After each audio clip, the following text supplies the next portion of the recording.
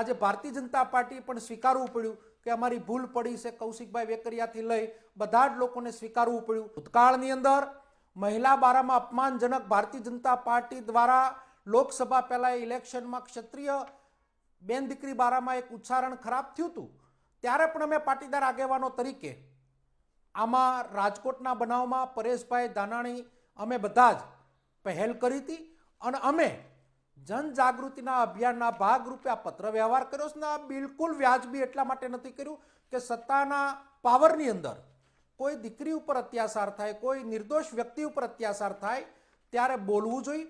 અને ગઈકાલે અમે પત્ર વ્યવહાર કર્યો અને આખા ગુજરાતના યુવાનો બોલ્યા, 18 વર્ણના યુવાનો બોલ્યા, પત્રકારો બોલ્યા, મીડિયા બોલ્યું, તો આજે ભારતીય જનતા પાર્ટી બેકફૂટ ઉપર છે। અને એ પણ આજે ભારતીય જનતા પાર્ટી પણ સ્વીકારવું પડ્યું કે અમારી ભૂલ પડી છે। કૌશિકભાઈ વેકરિયાથી લઈ બધા જ લોકોને સ્વીકારવું પડ્યું કે કંઈક ક્ષતિ રહી છે અને એના ભાગરૂપે અમારી એટલી જ માંગ છે કે ફરીવાર ગુજરાતની અંદર આવો કોઈ બનાવ ન બને, એના માટે પોલીસ ઉપર શિક્ષાત્મક પગલાં ભરાવા જોઈએ। આ જ મારી માંગ છે।